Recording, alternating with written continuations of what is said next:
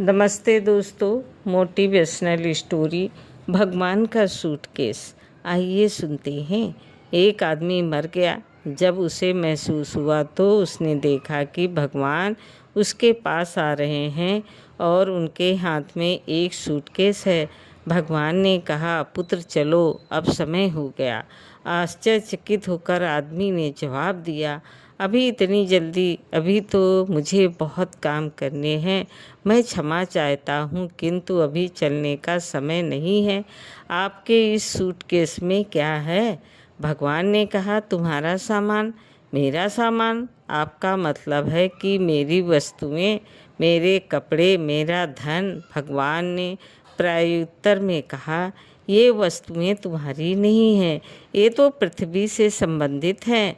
आदमी ने पूछा, मेरी यादें?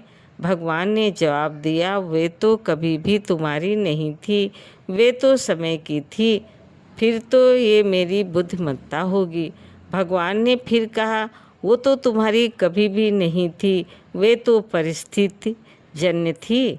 तो ये मेरा परिवार और मित्र है। भगवान ने जवाब दिया, क्षमा करो, वे तो कभी भी तुम्हारे नहीं थे, वे तो राह में मिलने वाले पथिक थे।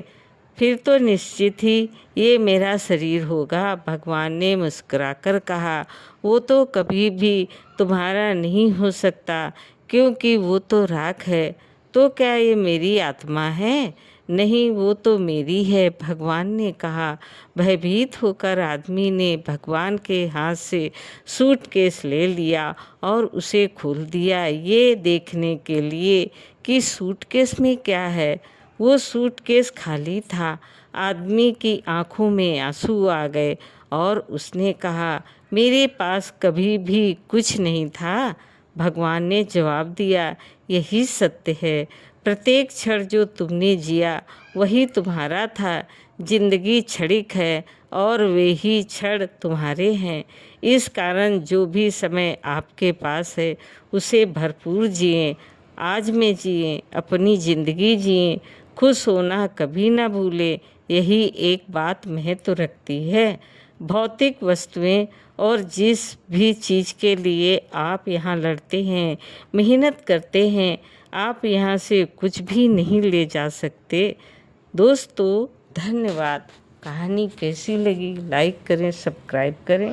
धन्यवाद।